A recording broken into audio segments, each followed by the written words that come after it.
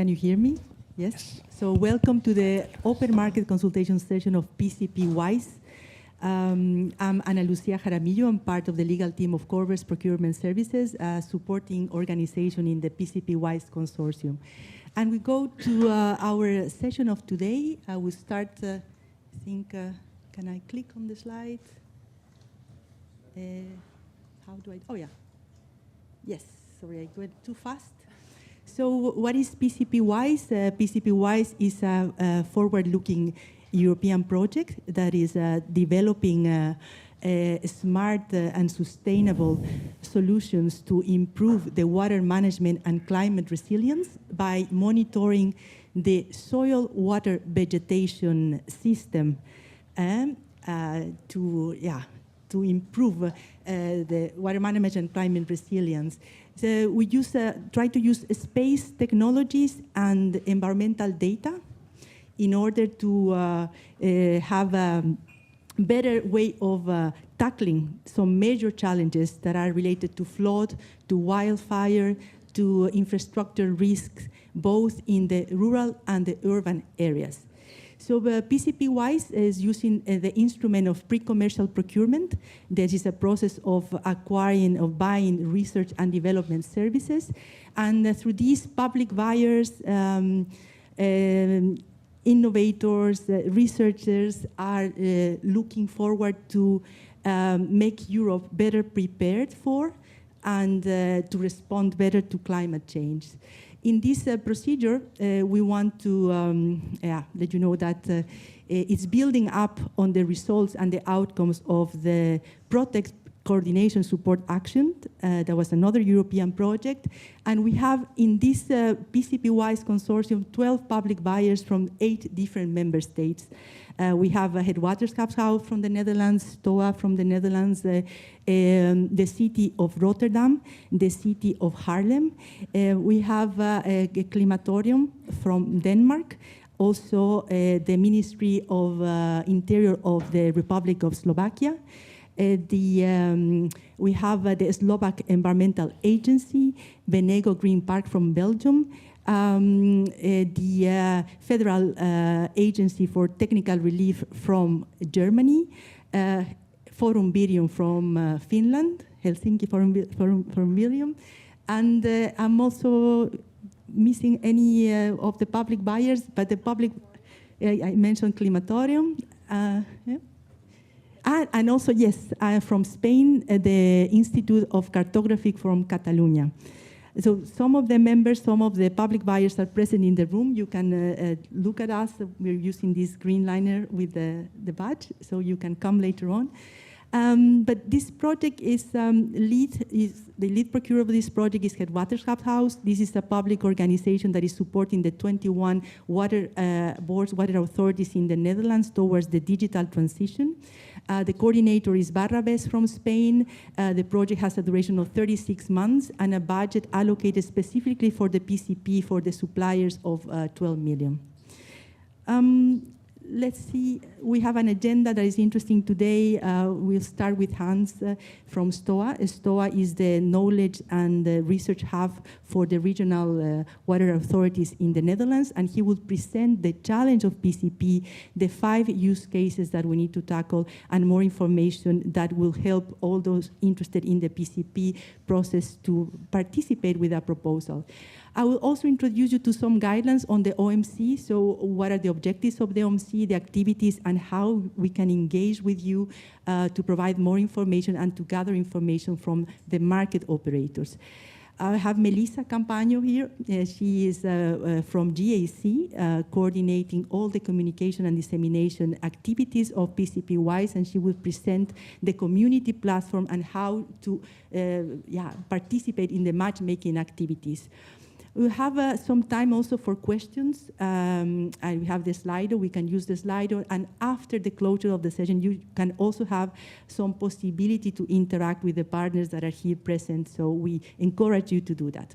Okay, so we move to our first presenter, and we go invite Hans van Leeuwen from STOA to present the PCP WISE project. Yeah, it works. Yeah. Thank you very much, Ana Lucia. So my name is Hans van Leeuwen. I'm working for the Dutch water authorities. We have 21. It's like a little Europe in the Netherlands with all different cultures like we have in the member states, but also different behavior in terms of water management, and that's very important. I'm representing also the users and the buyers in the team. And what we want to find out is how can we be more resilient to our climate problems. We heard many examples in the previous session on the extremes. What we want to be, we don't want to be fighting during the extreme events. We want to be prepared and anticipate. We want to build up intelligence of the soil, water, vegetation, atmosphere conditions before it gets extreme, before it gets too dry or too wet.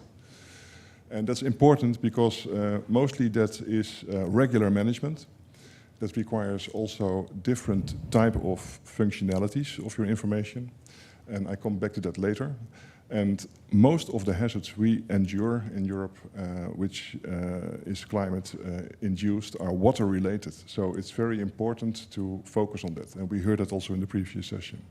So this is the PCP WISE program, is also to support the local actions. So we want to find out how can we equip and instrumentalize the local managers in the cities, the natures, but also in the agriculture environment. Next one. Oh, wait, you have to do it. Okay, and so we have here a map of Europe. On the left-hand side, the anomaly of the different extremes in precipitation from 2024 compared to the past 30 years. And you can see quite a different distribution with too dry and too wet conditions.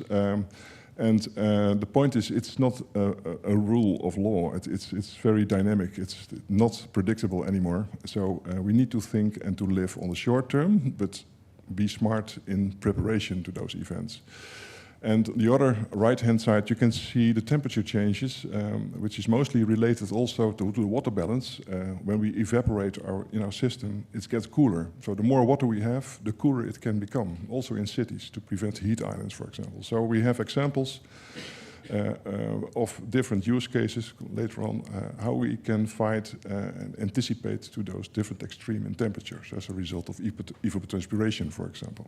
Next one. No, I didn't do it myself. And so we are focusing on local level. That's very important. Most of the already available information in Europe is from Copernicus, for example, and also from ECWMF and WMO. It's very important as boundary conditions on the general terms and the general trends which are going on, but we need to have local insights as well for the local manager. And that's important, and that's why we also have 12 buyers on board representing user communities who are going to differentiate those needs on local level to fight, for example, flooding and wildfires and to anticipate to that. So we hope to complement to the existing services and also to support the local measure taking by the local measurements. So in the crisis management scheme, and the red arrow, that's mostly the things we trigger us when there is an event. We have wildfires, like for example, in many countries we have enduring droughts, and that helps us not to fight it. We need to anticipate on it, and so that's the reason why we have in this blue circle all the information which is pre-disaster is very important to anticipate, but also post-disaster. So you can use the same information and trends also in assessing what is happening after that. But during the crisis, you need to have indicators. What are the risk indicators? Where are the spatial maps of too dry or too wet areas? And that's also important. And this also becomes an insight we have to build pre-disaster before the events. So before this project, we had a Protect project, which was very challenge-based, and that's also directly linked to our problems. We have an overarching connection between all those challenges, and that's the soil, water, vegetation system, and that's why we're focusing on that approach. So for the PCP WISE portfolio, we're going to ask the market and consortia to be multidisciplinary, but also especially to focus on the regular, daily, integrated soil moisture, water, vegetation conditions in general, and also on the risk indicators to anticipate on the risks. And that's sector related, so agriculture has different limits of too dry and too wet than nature or cities. So it's important to understand what are the different limitations of your water system in the soils and what are the related risk indicators. And the second one, and that's the long-term way of looking at not only nowcasting, but it's also looking back in order to have better forecasting scenarios. So we want to have at least 2 decades looking back and also looking forward to see the long-term trends. And on top of that, and we already have examples from Valorada, for example, we have also for specific problems in our use cases, room for solving problems with heat islands, subsidence, and also extreme situations. So what we know that we have urban and rural use cases, we also see that the soil water system is different for each conditions. So for example, if you have a lot of stoniness in your cities, you will have also different evapotranspiration, you can imagine, and also different infiltration of the rain in your subsoil system. So it's important to understand, and remote sensing can help us perfectly with that, to assess the different parameters which affect the infiltration, evapotranspiration, so the plus and the minus of your soil water system. And in rural areas, you can better model that with hydrological modeling, climate modeling, but in the cities it's much too human affected, so it's very important to do that just with only a model. You need also data science and artificial intelligence to solve those equations. So it's important to understand that those differences need to be solved, and we are asking the market and challenge the market to make multidisciplinary consortia to solve this. So we have a lot of different single solutions. We need integrated solutions in urban and rural area. So now we have some examples from the 5 use cases. So in Northern Europe, even although it's very wet and sometimes, it can be also having long enduring droughts as well. And that causes subsidence from peat and also clay compaction. You get subsidence, city infrastructure is demolished, streets are demolished, connection with drainage, but also water and electricity infrastructure is broken down from the house and the streets levels. So there are serious consequences as a result of subsidence caused by droughts. But also the urban heat islands, what I just mentioned, that's very important. If there is not enough green, if there is not enough open water, if there is not a possibility to evaporate, evapotranspirate from vegetation, then you will get also local heat islands. So we have to be prepared for that. We have to take measures to prevent, also in the case of flooding, also in northeastern Europe, like in Finland, for example. If you have too much street, stoniness, no infiltration possibilities, then you need to find out how can we improve that. Take away those stones, take the right measures to make it better. But you need information to assess this, spatial information, also in time. The third use case is focused in Slovakia, in the Donau region, the Donau watershed. And what we find out is that also there you have in the land climate, is another climate zone, then in North Europe you have very much differences in drought and wet situations. So the water distribution is a big problem. Even in Northeast Europe, with the Kalmhoutse Heide in Belgium and also in the Netherlands, we have the same problem. You don't have the right water distribution and also to take the right measures spatially to prevent drought. And in Catalonia, for example, is the fourth case. Then you have also not only seasonal droughts, but you also have long-enduring structural droughts over the years. That affects agriculture, but also biodiversity loss, for example. So it's important to maintain your production systems in agriculture and also in nature, and try to see what type of long-term measures we should take. So think in decades, not only seasonal, and that's another aspect in our projects, the timescale. So we had a process of funneling all the different needs of our 12 buyers, and those are representing user communities. And with 25 use cases, we focused now on 5 groups, and those 5 groups are focused on urban and rural problems. as well in the regular, this is the regular maintenance, but also in the crisis and also in the long-term climate situation. And the functional requirements, those address what kind of day-to-day, but also crisis and long-term measures we have to take with the information from WISE to prevent those extremes in urban and rural regions. So we make an infographic. It's more from the buyer side. So we have now in June, we have, and also in July, we have a visit to all the 5 user groups and sites, and we have connection with the user communities to define the technical specification for our tender documents, which are going to be produced, and this will be told later, in September, and issued in September. So it's important that we finalize and also refine those technical requirements based on the user demands from those different use cases and problems we face in Europe. Just to show you who is involved in those 5 groups, I just mentioned the 5 examples, and I'm not going to deepen that out, but here you can see it more in spatial sense. So the red areas are the lead group members and lead test sites where we have our 5 groups. And we are going to demonstrate also in the 3rd phase, once the integrated solutions are developed, we are going to demonstrate also other partner sites in Macedonia, for example, but also in Germany and in the Netherlands and Belgium. Important is to understand that the information is not fixed. So you have regular, you have crisis, you have climate, you have different timescales, but mostly you have the same people in your organization, your buyer organization. So they have to adapt to the situation, if it's regular or crisis or long term. And they also need to use the information from WISE, but also from Valorada and other systems, in the right context of their working procedures. So they have to adapt their working and traditional way of information digestion by inserting it in a hybrid fashion, using this new information. And those user acceptation processes, we call it sense making, that is what we are now conducting in the coming months, but also will keep on doing during the whole project.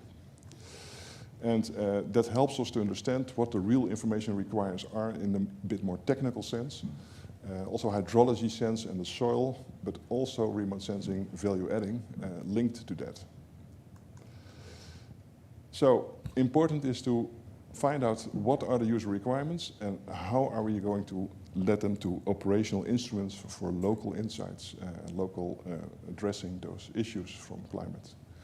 And what we want to find out is how can we make it generic and how can we scale up in the end after 3 years so towards a pan-European soil water conditions message. Like we have the weather message, we want to strive towards, it sounds very ambitious and a little bit megalomaniac, but we think we need a soil water message every day.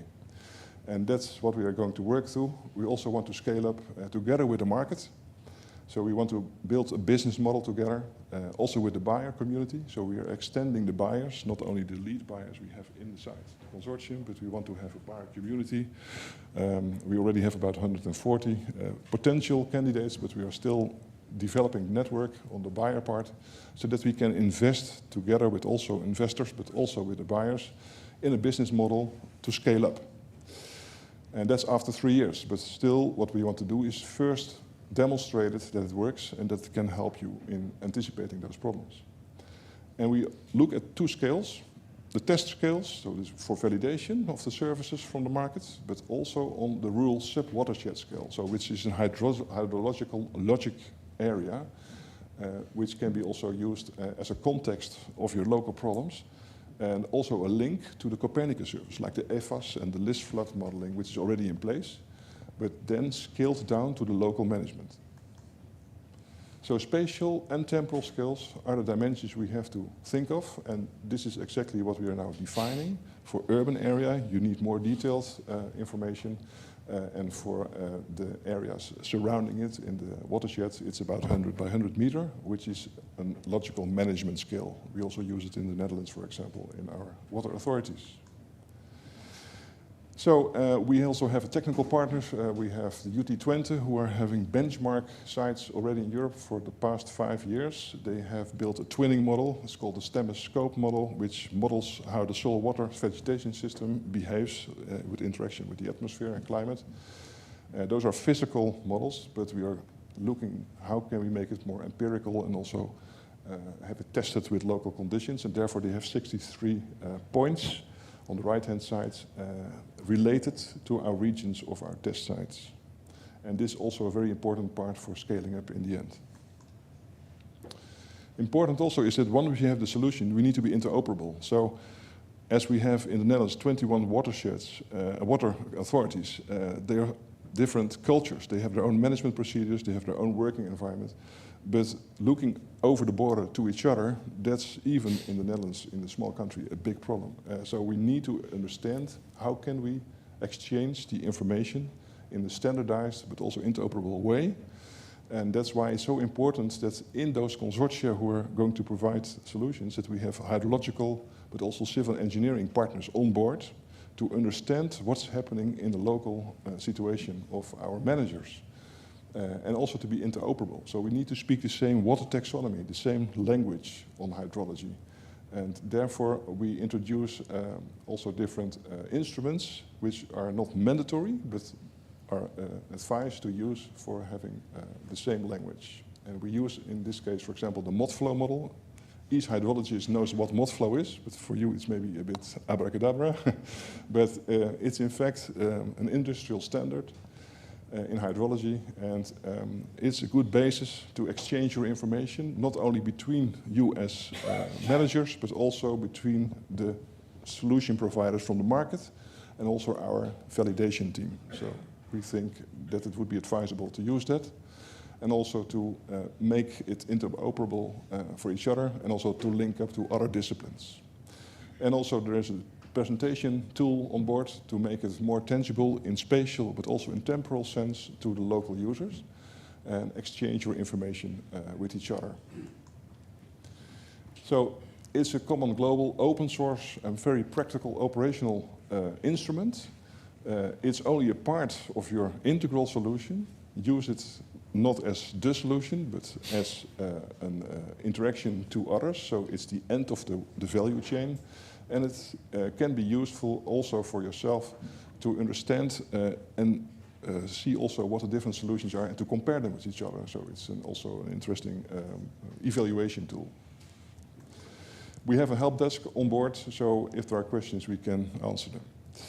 So for all 5 groups, for all the users, we need solutions. So consortia need to be prepared to solve all the 5 solutions. So it looks like a lot of work, but it is, in fact, if you have 90% of the regular monitoring in place and adapted for the local conditions, then it can be scalable. So that is also an investment for yourself as a consortium for the future, and also for the business case we are to build together. So quality, standardization, interoperability, those are the buzzwords, but that's something we have to work on to make it pan-European, interoperable, and also applicable, and also market-wise very interesting for commercial applications. So that's why you need different type of partners. You need a general contractor, a solution architect who can make the integration.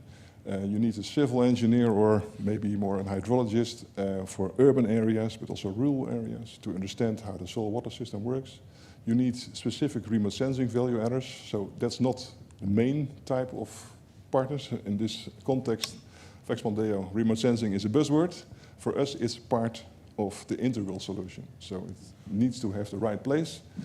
It would be nice if you have up-to-date knowledge from research entities on board, so you can invite an institute or a partner from research and an investor. Would be very good to have already your business model in place. And then I end with repeating what we want to ask you as a market. We want to have the regular monitoring, the risk indicators per sector, and the long-term climate insights from hindsight towards scenario forecasting. And on top of that, some specific remote sensing related issues you can solve, like the subsidence and heat islands. That will be part of the rest of the solution. Thank you very much. Yeah. Thank you. Thank you very much. Yes, you did a great job, Hans. Thank you.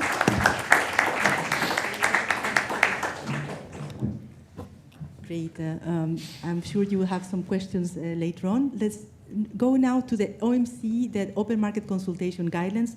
I mentioned that we're using the Innovation Procurement Instrument, specifically pre-commercial procurement for the research and development of services in phases.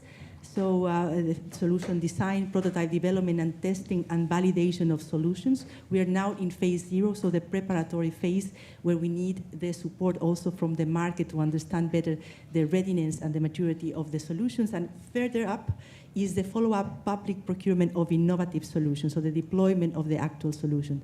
The PCP approach is the procurement of R&D services and is a competitive procedure. There's a risk-benefit sharing conditions under market conditions. That means that also the contractors keep the intellectual property rights to exploit them after the project. And there's a clear separation from the R&D services up to TRL 8 and the follow-up public procurement of innovative solutions. The PCP legal framework, the legal basis, it's as follows. PCP is falling outside the scope of the public procurement directive. It's a more flexible procurement. It's one of the exceptions precisely because the contracting authorities are not buying the IPRs as such, but the principles of the Treaty on the Function of the European Union apply, the transparency, equal treatment, non-discrimination, and the approach of the PCP is based on the communication of 2007 of the Commission. If we look at the PCP WISE process, you see here we're at the preparatory phase that started from the beginning of the year until August, and we will launch the tender at the beginning of September, aiming to receive the proposals and evaluate the proposals up to February of 2026, so that the implementation of the PCP would start at the beginning of March 2026, ending up to December 2027. After that would follow the PPI. So now we're here in the preparatory phase, looking forward to the open market consultation. So what have we done in these months, in these 6 months? We have work on defining the use cases, narrowing down the scope of these use cases. Hans explained how he funneled all the requirements from the public buyers. State-of-the-art analysis have been conducted, also looking into standards, and now we're at the moment of the open market consultation. What are the objectives of the open market consultation? To inform the market about the plans, the procurement plans of the public buyers, the needs, the result of the state-of-the-art analysis that we want that you challenge those results, validate the results that we have obtained. We want to know if there are existing technologies that could be useful to tackle the use cases, and also get you to know what are the IPR provisions and setup in the tender of the PCP. So making the industry aware of this opportunity, and also having for them enough time to prepare, to come together to make some synergies for the preparation of the proposals. So the PCP WISE OMC is a voluntary process. We're looking for the feedback on the market. Hans has already mentioned the skills, the expertise that is needed to be combined, so to build up the consortia for the proposals, the tender phase. And it's interesting for you to know the eligibility for the tender. In the open market consultation, all the feedback is welcome for the tender. This is the tender open in equal terms to all types of operators established and controlled in EU member states and Horizon Europe associated countries. That means that companies based established in the Europe or associated countries that have subsidiaries from other companies in third countries can participate, and companies of third countries can participate but as subcontractors, not as main contractors. All this information is available in the open market consultation document, so I encourage you to come into the PCP WISE website, download the open market consultation document, where you will find the rules, the information about the public buyers, about the open market consultation activities, but mainly about the challenges, the use cases, and the requirements that the buyers have defined. There are other important information available for you through the website, through the Amica Studio platform, where you can make some questions. The links are provided here, and we will provide also the links through the chat and the Slido. There's a protocol in order to carry out bilateral meetings with those market operators, technology providers who are willing to get in touch with the public buyers. And in order to have these bilateral meetings, they are required to fill in the request for information. This is a questionnaire that is available online through the EU survey tool, so that all the interested parties can provide information and ask any questions as well, or make recommendations, suggestions based on the open market consultation document. So I encourage you to look into this information and contact us. We have already implemented activities within the scope of the open market consultation through webinars, so also gathering questions and answers that will be published later on. So as you can see, there are some events that have taken already place, and there is the recording available of those webinars on the website of the PCP WISE. And now we're here at the EXPANDEO event. After this event, we will have other activities related specifically to the deadlines on the open market consultation request for information that you need to fill in. This is for the 15th of, we have some, yeah, it's here for the 15th of June, the deadline for submission of questions. It might be that we have some extension of this as requested by different suppliers. But at the end of the open market consultation, and this is important for you to know, an OMC report will be published. This OMC report is going to gather the conclusions of the open market consultation. It will be an anonymized report that summarizes the different results, and that will be also included later on in the tender documentation. So your feedback, the feedback from the market operators, technology providers, is relevant to fine-tune the tender documents. So looking into the forthcoming tender, this is the initial setup that is already prepared for the budget allocation and the duration of the PCP phases. You see here that there's a maximum budget per contractor per phase and a total budget. These are like the top caps, the ceilings. You see that for phase 1, we have foreseen 5 contractors. That could be 5 consortia.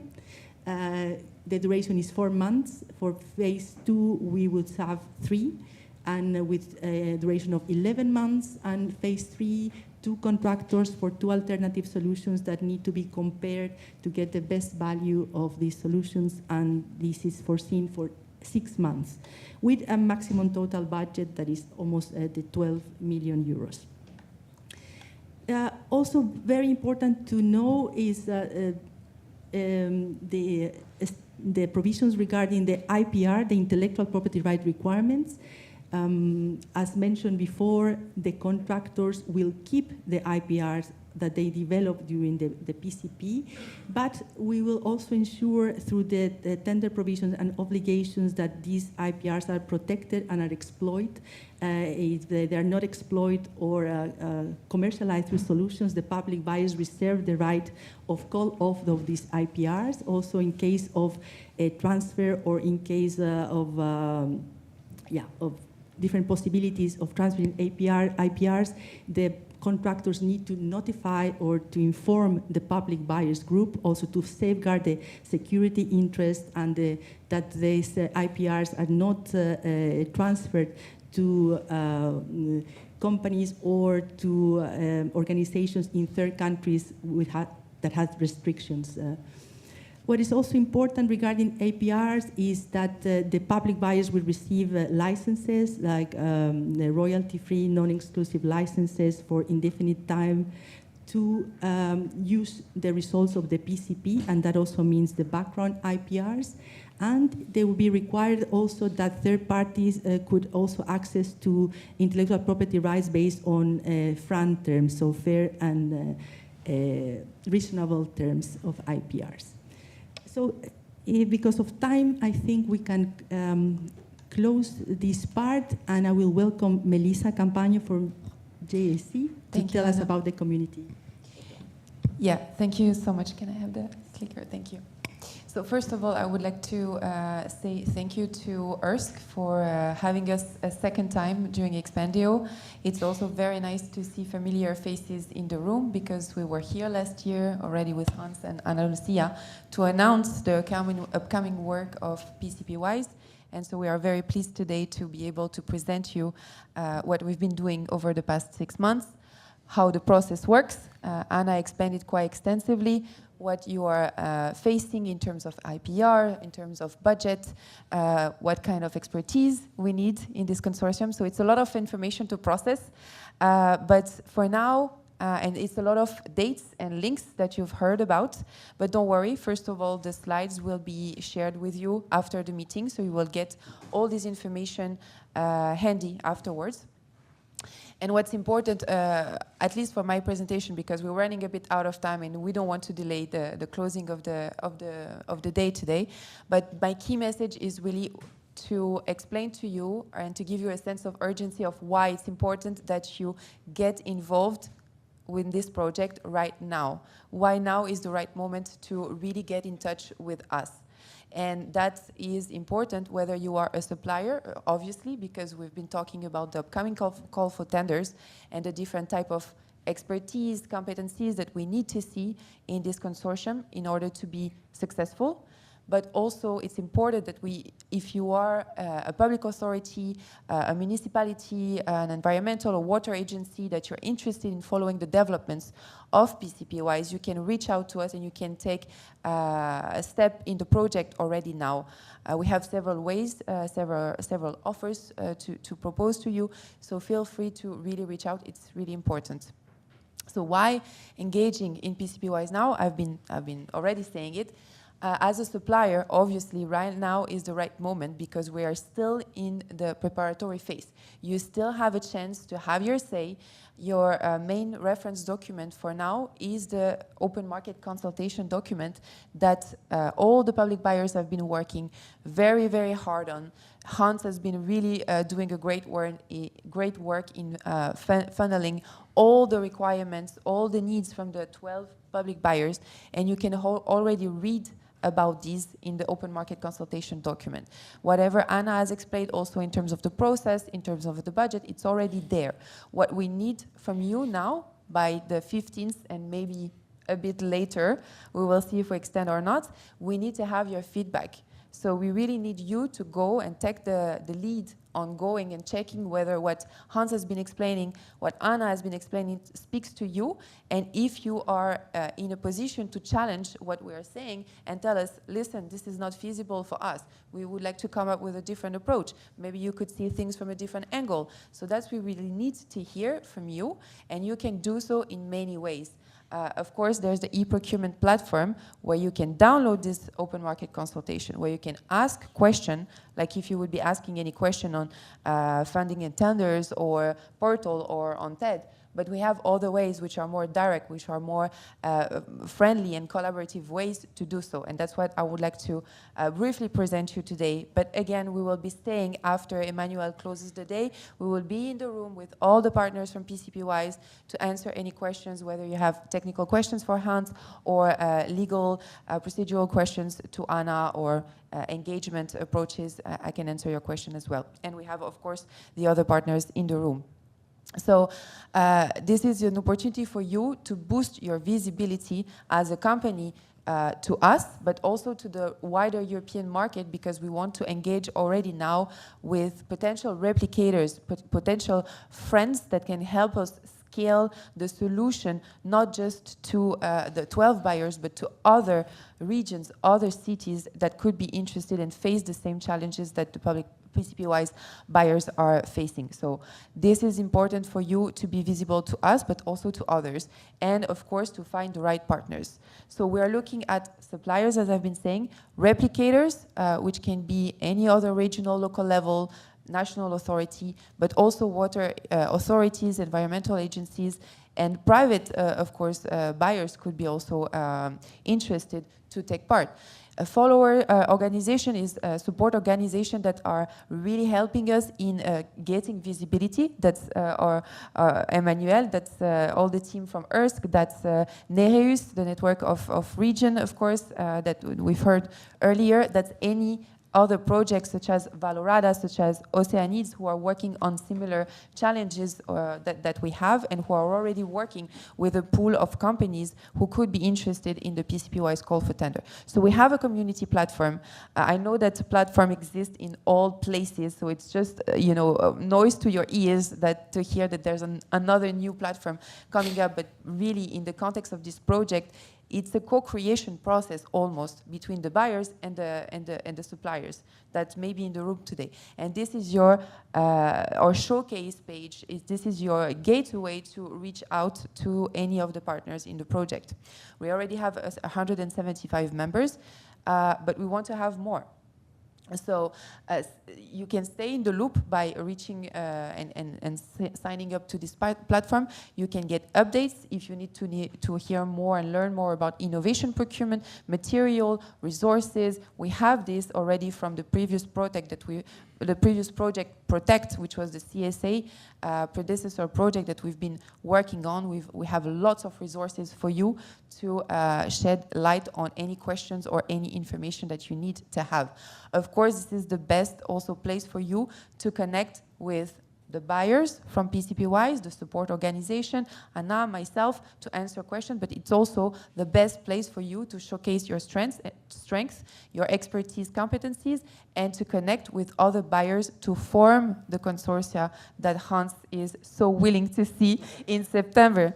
So really, we have, I'm not going to explain in so many details how to create a profile. I believe in this room, everybody is capable of doing that. But basically, you have two functionalities important to bear in mind. The first one is that you can start a discussion through the platform as soon as you are becoming a member. So you can really just, it's like Facebook or LinkedIn, you can really speak to anyone on the platform.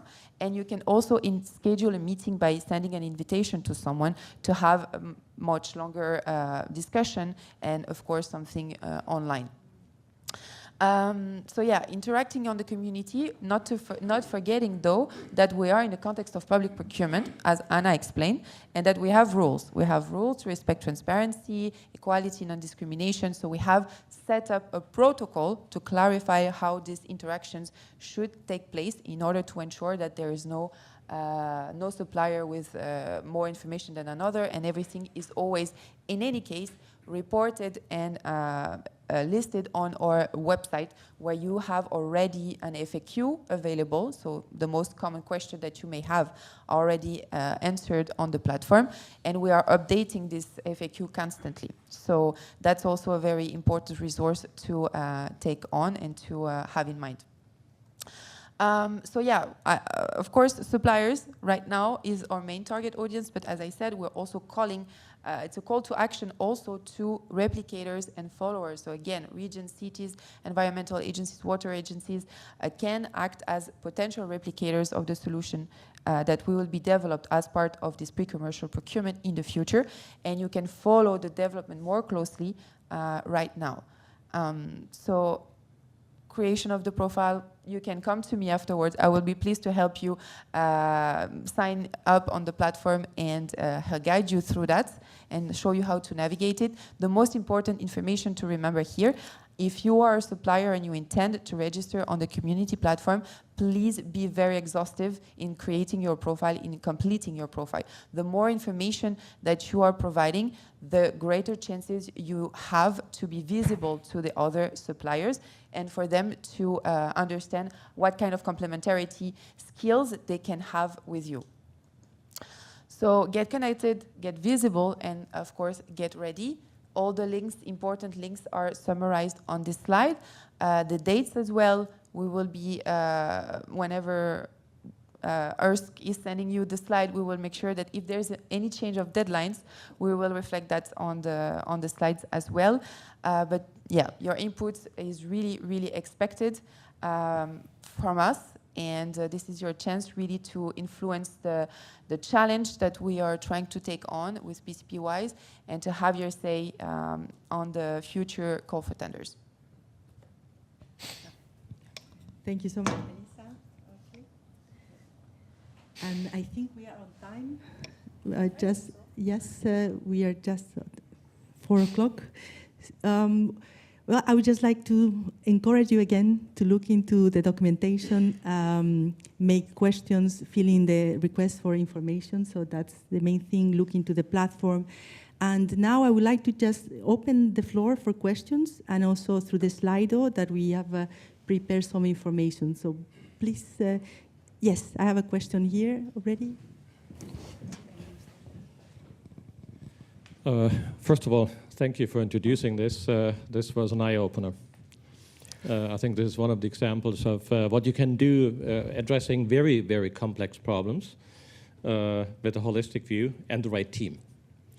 Now, that being said, my request would be, before I ask my question, if you really can extend the deadline for the RFI. I believe I'm not the only one in this room who's heard about this for the very first time. And this only leaves us 2 days, and we're traveling back on the weekend. So I guess that would be much appreciated. Now, my question is, you were talking about municipalities and water management authorities. Now, that's one thing. If you want to have the buyers on the municipal side, I would agree that there's a lot of very considerate people in city management, for instance. But if you go into the municipal departments, at the top of those departments, you usually have political figureheads. My personal experience with dealing with municipalities is that these only have a very narrow view which covers the time to the next election. And that's about it. So they watch their budget for the next election. If you want to tell them, okay, if you invest into what we are doing here, you're saving millions and millions on recovery and whatever. My experience is pretty often these political figureheads don't care. They have no sympathy, and they even go against their own urban management to just push it down. So how do you want to deal with this? Yeah, very good question. Thank you. So mostly the middle management, those are the most resistant middle policy makers. They have the budget, they have the yearly budget cycle. So that's why we have early adopters on board. So we have 11 buyers who already have been dealing with this issue. They have already the vision to do this. They are the example to their colleague buyers. That's an important one. But that's not solving the problem, because you always have traditional and conservative organizations who are not want to innovate or change. And that's why it's so important that you link up to the crisis situations. Once there is a crisis, they act. To anticipate in the cold phase, there is no money for it. So, and we have more repetitive crises every day, mostly. In Europe, you see there's examples coming by in the news. So I think the best way to advocate this type of information inside your organization is to show the problems every day occurring in Europe. Either Valencia or Germany or the Po Valley or whatever the drought, you have to show them. And then, like Veneto was expressed, the subsidence, it's happening in every delta in Europe. So let's bring it out. And that's why we want to have this communication strategy as well, to advocate that there are solutions, not to solve it, but to anticipate on it and to try to reduce the impact of those issues. Yeah. Thank you for the question, and thank you, Hans. We have more questions to the Slido. I see a question about, as an experienced geo-AI space company based in Germany, could you still participate on the project to provide our added value? You can look forward to perhaps presenting a proposal in September when the tender is launched. There's another question we just heard, concern about who will pay for the services. With the R&D services will be paid through the pre-commercial procurement tender, so the contractors in the PCP will be paid through this funding of 12 million euros. under the umbrella of the Horizon Europe project. Another question is, does the PCP-OMC phase enter into the competitive dialogue? Okay, so now we have the open market consultation. This will finish, will end up, and a report will be published. After that, there will be the launching of the tender, and the tender will be an open procedure with a pre-commercial procurement approach in phases. So that is, it's also described in the open market consultation document. Do we have another, another question from the audience or through the Slido? I think the last question came up. So would it be more valuable for proposals to come from inter-European consortiums, so companies from different countries? Yes, this is something that Hans has been underlying, the importance of bringing together skills and expertise also to tackle the challenge across Europe. Yeah, to add on that, it's also important we have 5 different regions, so it would be very good if in those regions, in the member states, at least the native speaking partner, one of the consortium, one partner is also present there, because it helps to interact with the users as well in the same language. That's very important. Yeah, there's more questions. I think, Hans, for you, what are the relative importances of satellite mapping and model forecasting? Moved? In the proposal selection. In the proposal selection. Yeah, what I already said, it's part of the integration. Maybe for the 90% solution, the regular monitoring, it's part of the integrated solution. So maybe that's about, well, I cannot expect maybe 30% or 20 or 30%. So it's not the main issue. The main issue is the hydrology. But the point is, you need to combine it. So, and for the 10%, we have specific remote sensing applications which are suitably only to be solved with remote sensing, like subsidence and millimeters of subsidence in city areas. It's a proven technology, but still you have to link up to the local manager. So I think the added value lies in how make it functional, how to translate it to the user environment. So I think, remote sensing is important, but not the important part of the solution. Yeah, there is one question there.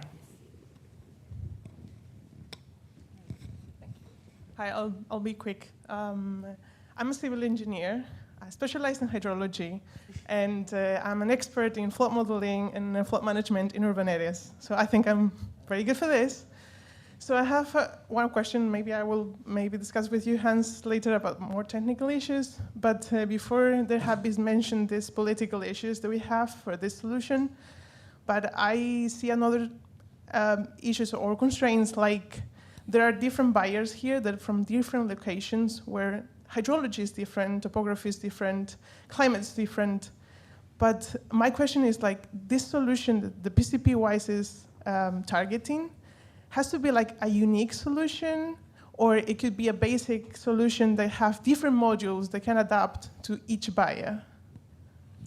Yeah, so the 90% solution, that will be, thank you for your question. It's a good question, because every problem has its own unique tailor solution to resolve. So each problem needs to be addressed. So what we want to do is we don't want to deliver systems here. We want to have information from systems, from the own creativity of the market. So it doesn't matter how you're producing the information, but it should be a standard. And that's a sort of half product.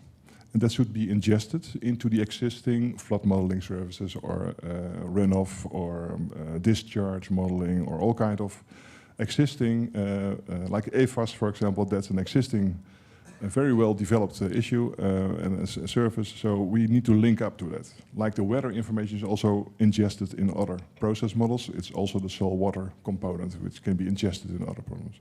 So the tailoredness is not in the half product. It's on how to reach out to existing solutions inside problem domains. So it's like a stekker and stopcontact, how you say it? Stekker and stopcontact, how you say it? Just a plug. You have to plug in somewhere. Yeah, okay. Okay, thank you, Hans. There are more questions in the audience and also questions in the Slido. So yes, please go ahead. Thanks very much. Graham Turnock from Eurazee. We're an association of space agencies. I asked the question about the buyers because, first of all, I just want to know who are these 11 buyers. I had a look on your website. I couldn't see it immediately. I mean, are they water companies? Are they infrastructure managers, et cetera, et cetera?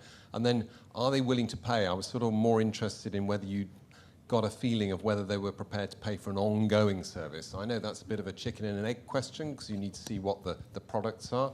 But for example, are they losing money at the moment?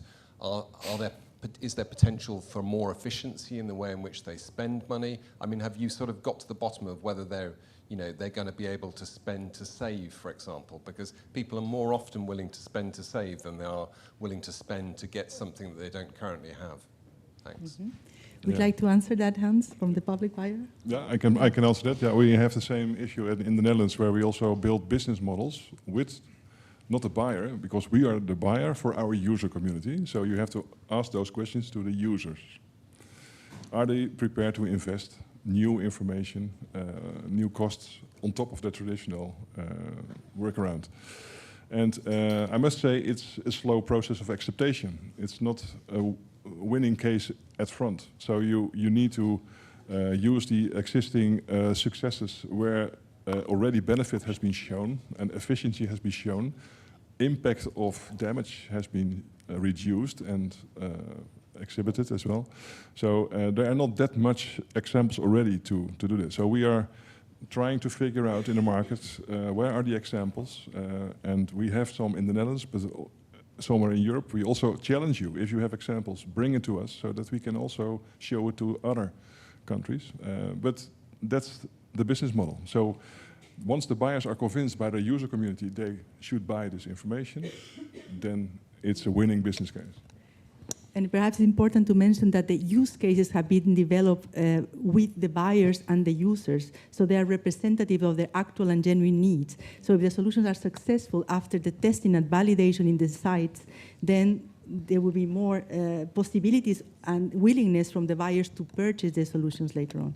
So, yeah.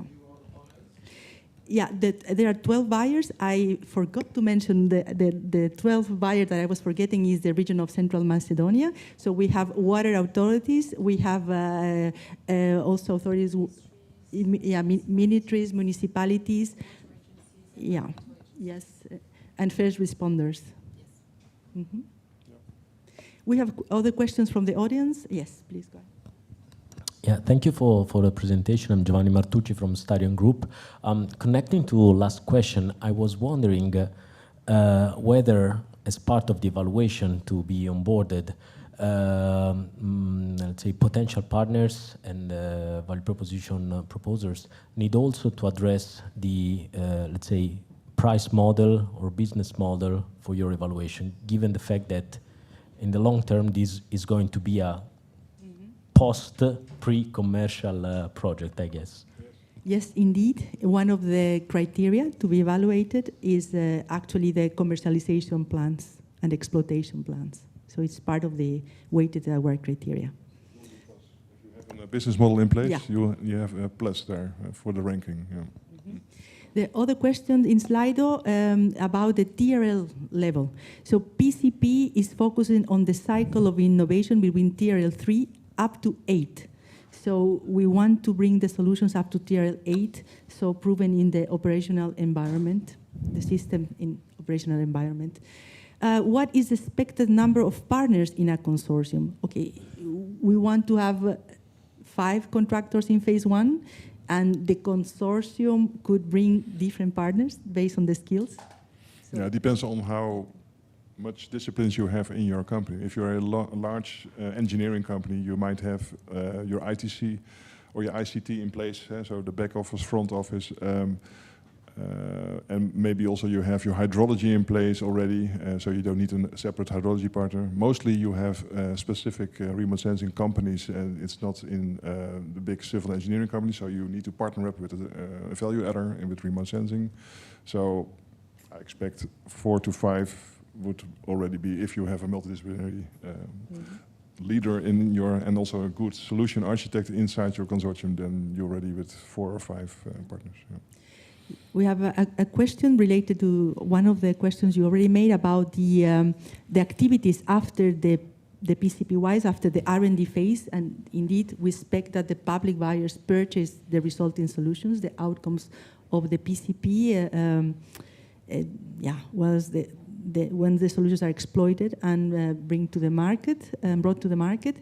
Who are your expected end users, managers, specialists, etc.? What level of detail are you aiming for?